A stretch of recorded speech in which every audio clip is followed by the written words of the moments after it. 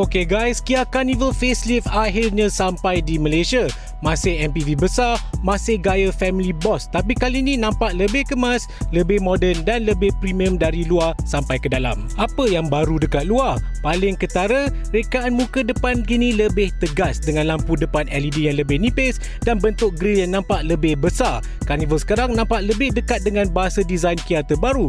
Kurang van look lah, lebih SUV inspired. Dari sisi dan belakang, sentuhan facelift ini lebih kepada kemasan, lampu dan detail bagi rupa yang lebih bersih dan matang sesuai dengan positioning MPV besar premium. Apa yang kekal? Saiz besar masih sama, ruang dalaman masih fokus utama. Untuk Malaysia, kedua-dua varian masih guna enjin diesel 2.2 liter, pacuan depan, setup yang memang sesuai untuk perjalanan jauh, penuh penumpang dan luggage. Ini memang identiti Carnival, selesa dulu, power cukup, tak perlu drama. Standard equipment dia dah cukup padu. Keyless entry dengan remote engine start, push start, aircon auto 3 zone, siap ventilasi baris ketiga. Apa lagi dia ada? Ada auto dimming rear mirror, upholstery kulit tiruan, sunshade tingkap baris kedua dan ketiga, pedal shifter, wireless chargers Qi, 6 speaker dan kamera 360 darjah. Itu standard lah, tapi naik ke 7 seater barulah rasa betul-betul full spec. Ada head-up display, dual sunroof, kulit asli hitam dan coklat dan sistem audio Bose 12 speaker.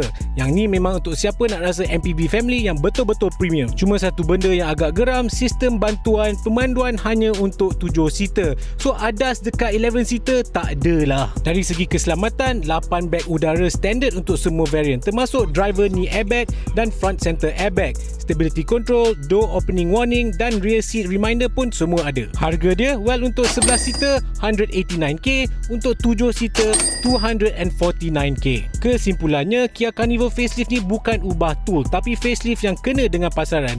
Rupa lebih segar, tag lebih kemas dan masih antara MPV paling selesa untuk family besar atau kegunaan profesional. Harga pun sudah turun. Kalau nak MPV besar yang tak rasa macam bawa van, Carnival facelift ni memang pilihan selamat.